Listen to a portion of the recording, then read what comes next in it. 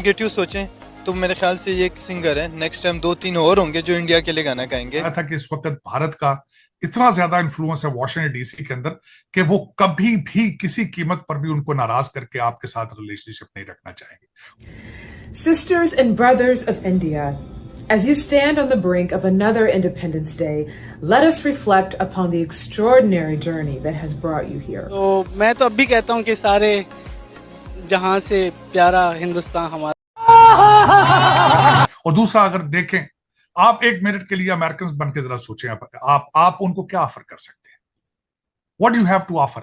आपको खरीदने के लिए आपके पास पैसे नहीं है, एक्सपोर्ट करने के लिए प्रोडक्ट नहीं है, सब जो है हमारा अपना किया हुआ है, तो ये इसका रिस्पांस यही मिलेगा कि हमें कोई ट्रिब्यूट नहीं करे। इट मींस कि हम दुनिया से पीछे हैं या हमारे किसी से ताल्लुकात अच्छे नहीं। तरक्कियों पे जा रहे हैं, उनको उनके इस वक्त इंडस्ट्रियल रेवोल्यूशन आ रहा है, वहां पे टेस्ला भी जा रहा है, वहां पे जेट इंजन भी बनेंगे, वहां डिफेंस भी बनेगा, वो चांद पर भी जा रहे हैं, वो दूसरा भी आईआईटी भी बना रहे हैं, अमेरिकन उनके पांव में फिर रहे हैं। दुनिया जो है वो एक इमर्जिंग इकोनॉमी है, मतलब आप देखें ना, वेस्ट का ना डाउनफॉल स्टार्ट हो रहा है। ठीक हो गया। जब वेस्ट का डाउनफॉल स्टार्ट होगा तो जो एशिया का ना इसका अपब्रिंगिंग स्टार्ट होगा। जब एशिया में फिर बड़े कंट्रीज कौन से हैं? रशिया, चाइना और इंडिया। और अभी वर्ल्ड का सारा कॉर्पोरेट वर्ल्ड देखे ना, वो सारे इंडिया की तरफ शिफ्ट। जय हिंद दोस्तों, स्वतंत्रता दिवस के शुभ अवसर पे संयुक्त राष्ट्र अमेरिका में भी हमारे भारतीय राष्ट्रगान को गाया गया और यह चर्चा पूरी पाकिस्तान में चर्चित हो रहा है। इसलिए सपोर्ट कर रहे हैं और इंडिया का फ्लैग इसलिए शो करवा रहे हैं क्योंकि वो पाकिस्तान का नहीं कर रहे। पाकिस्तान का इसलिए नहीं कर रहे क्योंकि पाकिस्तान एक इमर्जिंग इकोनॉमी नहीं है। इंडिया जो है वो एक इमर्जिंग इकोनॉमी है, मतलब आप देखें ना, वेस्ट का ना डाउनफॉल स्टार्ट हो रहा है। ठीक हो गया। जब वेस्ट का डाउनफॉल स्टार्ट होगा तो जो एशिया का ना इसका अपब्रिंगिंग स्टार्ट होगा। जब एशिया में फिर बड़े कंट्रीज कौन से हैं? रशिया, चाइना और इंडिया।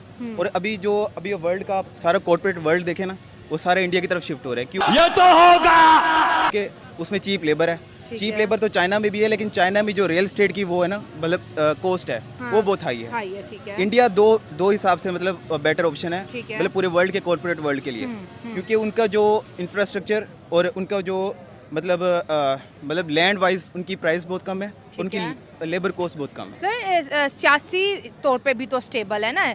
देखिए, हर बंदा जो इन्वेस्टमेंट करता है वो सबसे पहले यही देखता है कि इस मुल्क के अंदर पॉलिटिकली स्टेबिलिटी कितनी है, गवर्नमेंट कितना टाइम स्टे करती है। तो वहाँ पर हमने देखा कि 5 साल तो हर गवर्नमेंट अपने पूरे करती है।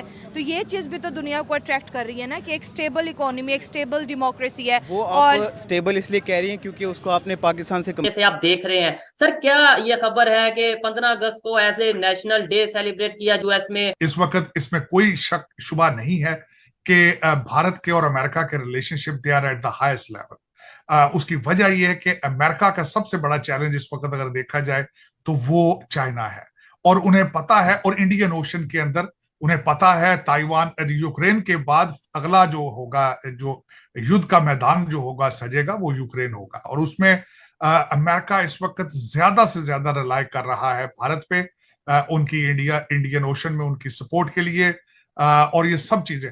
तो उस हवाले से देखा जाए तो India is a big partner in that China issue. इस वक्त देखा जाए तो भारत और अमेरिका के relationship at the maximum, eight the highest. इसका मतलब कहीं ना कहीं इस खबर में ऑथेंटिसिटी है, कहीं ना कहीं इस खबर में हकीकत मौजूद है। सर, आपने बोला कि इस टाइम रिलेशन इंडिया और यूएस के बहुत मजबूत हैं, बहुत ज्यादा पार्टनरशिप चल रही है। तो अगर पास्ट की बात करें, 1965 की बात करें, जंग की बात करें, तो पूरी दुनिया को पता है कि पाकिस्तान को यूएस ने सपोर्ट किया। 71 में भी हम इंतजार करते रहे कि यूएस की तरफ से हमें एड आ रही है, हमें हेल्प